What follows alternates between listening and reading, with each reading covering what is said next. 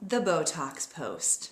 So many of you have been asking me since I posted my Botox pictures on Facebook this week, what the results were, what I was thinking. And I've been waiting to respond because I was told that the full effect would not be apparent until Saturday. Well, today is Saturday and I'm here to tell you all about the Botox.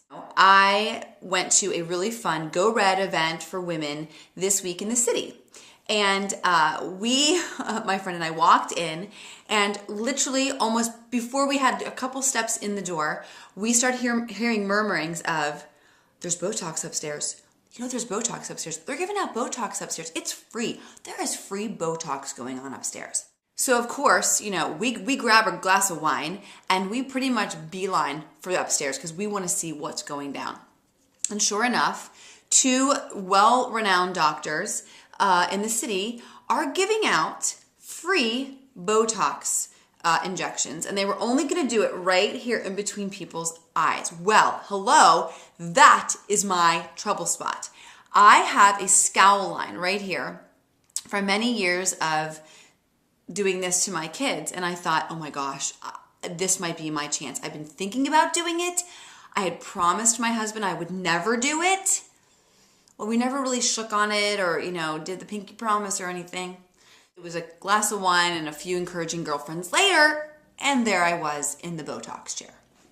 All I had was 5 little pokes of Botox right here to try and take care of this line.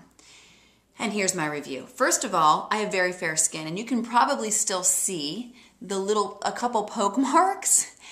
Yeah, so, you know, you might be able to see, it's sort of like the tracks, I guess, that like, that's terrible, like when drug users use drugs and they have tracks, right? Well, this is sort of like the tracks of that. So if you're wondering if people have had Botox, you might be able to tell if you see poke marks. Secondly, I did have, and I still kind of have, a low-grade headache, which probably can't be totally great for me.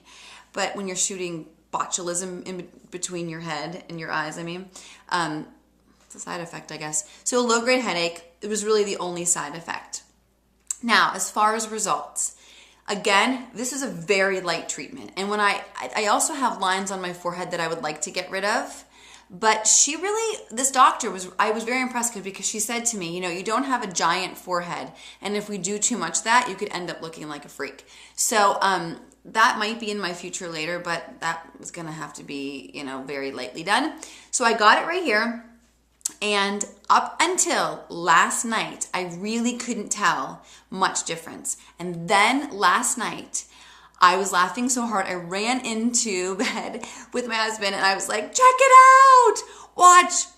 When I do my scowl, it doesn't crease as much. Now there is still a little bit of a line, but here's what I figure.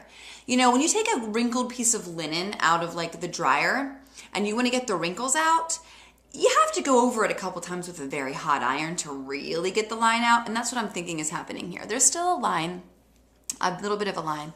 So if I was really wanting to get rid of it, I would probably have to go back and get a little bit more. The other question is, did it hurt?